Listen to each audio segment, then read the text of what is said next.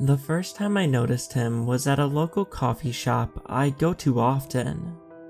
I was standing in line ready to order my iced chai latte when I saw him staring in my direction from a table outside.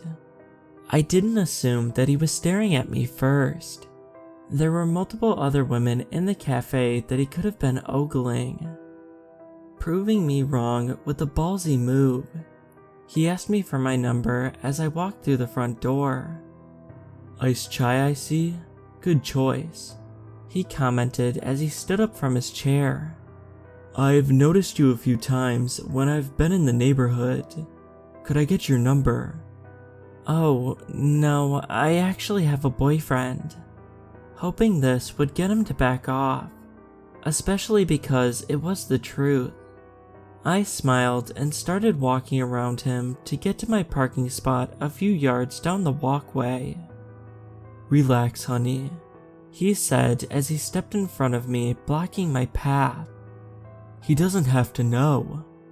I felt a shiver of pure disgust as he paired that statement with a wink. "Look, I know cheating on your partner is like a big thing right now, but I'm not into it. Leave me alone." He backed away from me, hands in the air and a dumb smirk on his face.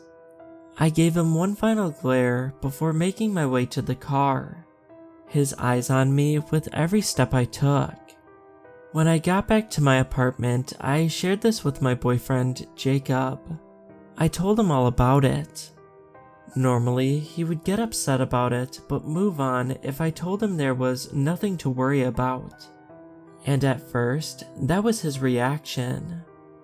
"What the hell, did you recognize him at all?" "Not even a little. He said he's seen me a few times, but I've never seen him." That was the part that bothered me the most. He's been undetected multiple times while watching me. Where else did he see me? What did he look like? Like every other guy here. Brown hair, taller than me. Probably 6 foot something. He did have a scar on his neck. For some reason, that caught Jacob's attention. A scar? Was it fresh? I mean, not really. I don't know what a fully healed scar would look like, but it wasn't red or bleeding or anything. Why? Don't know. Just a good identifier if he bothers you again, I guess. He looked a little more disturbed after I mentioned the scar, but I didn't drill him about it. It wasn't something I really wanted to discuss further anyway. That first encounter with him was about 2 months ago. Since then, I've noticed him everywhere. The coffee shop, bookstores, the supermarket. I couldn't go anywhere without seeing him, especially when I went anywhere with my boyfriend. I felt like I was going crazy. Every time I'd see him, I'd try to discreetly point him out to my boyfriend. "Jacob, he's near the pasta," I whispered. He would always try to be natural, just so he wouldn't scare him away. But every time he would look, he wasn't there. It's like he just vanished into thin air. I could tell Jacob was sympathetic about the situation. He probably thought I was being overly paranoid and imagining I was seeing him. But there wasn't anything he could do if he didn't see him in time. After these 2 months, I started growing tired of myself and my imagination. Jacob hadn't seen him any time I pointed him out, and honestly, I never saw him enter or leave my line of sight. It's like he would just appear, stare me down for a little bit, and he'd be gone. I had to do something to clear my mind. "Hey, I'm going on a run," I yelled to Jacob as I was lacing up my tennis shoes. "Don't you think that's not the best idea?"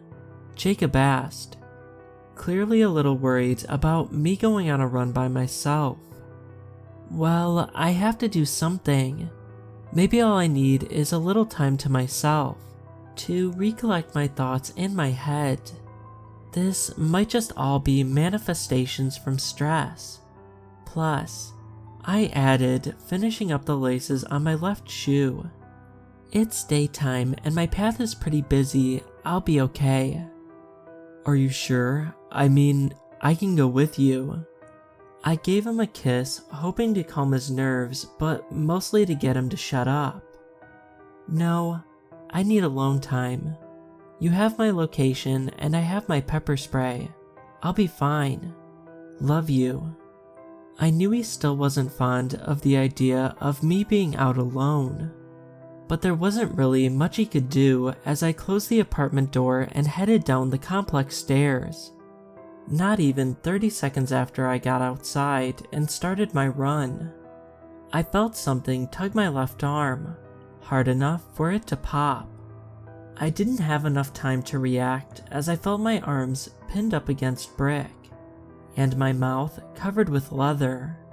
I tried everything I knew from my self-defense classes I took years ago. Biting, kicking, screaming. Deep down I knew nothing would work against a 6-foot-tall man with a heavy weight advantage.